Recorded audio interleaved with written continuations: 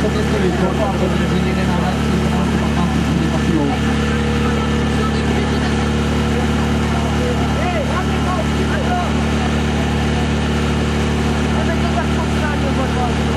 Domácí Veselá v kategorii starší.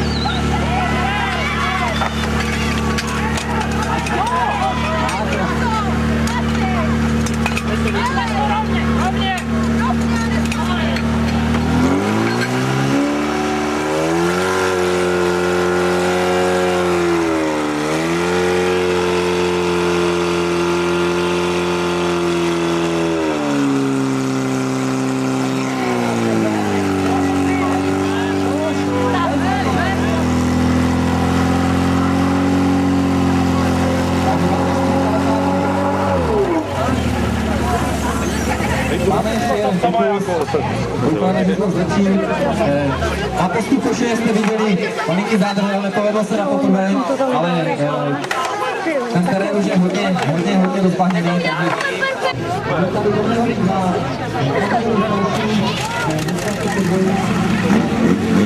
zapojí hladici na hydrant a zapojí proudnici a potom běží druzí dva, kteří tu asi sbírají, musí znovu oběhnout kužel, musí smotat hladici, doběhnout proudnici.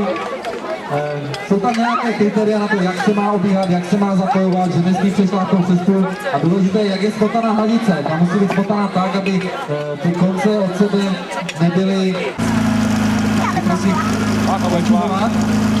A Veselá jde k hasičskému útoku. Takže všude Veselá.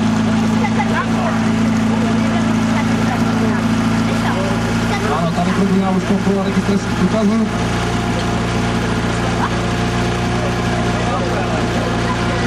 Podružku Veselé 2 se na základní připraví Vodnice.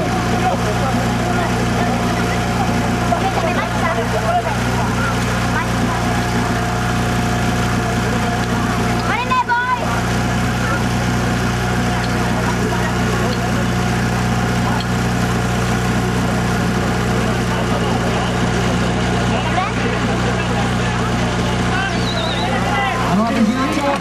Veselá dovolí!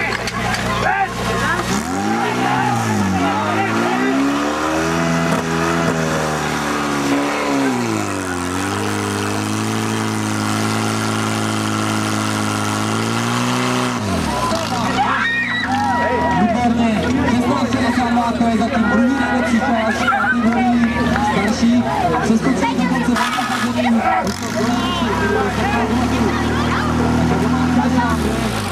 velmi pěkně, 16,62. Na základě boje se připraví kvalitní výkon.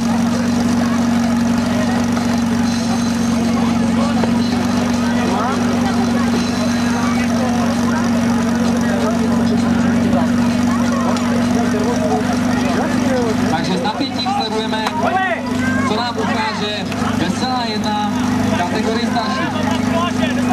Kontrola registračních v pořádku, kontrola základny rovněž v pořádku. Základna připravená, stroj nastartován, skáč plná.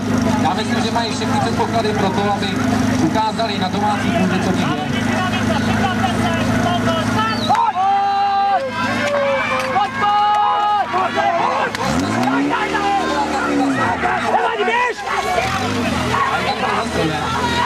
¡Es Martínez, Taito! ¡Dale,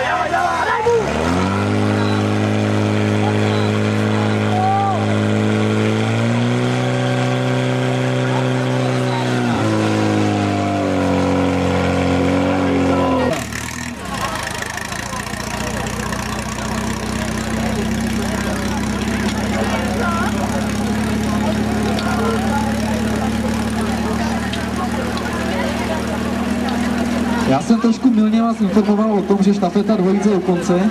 Není to pravda.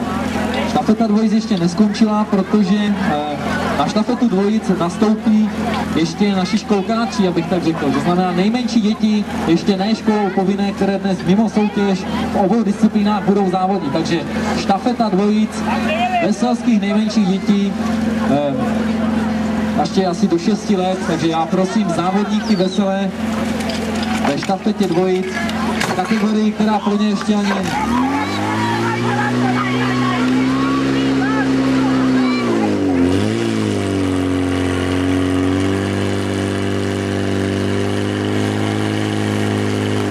Veselá 2 znovu potvrdila své kvality. 17:09. Já si myslím, že to není nic jiného než potvrzení velmi kvalitních výsledků. Podívejme se na Veselou 2. Jeden čas požárního útoku 16:62 vydařeno. Druhý čas požárního útoku 17:09.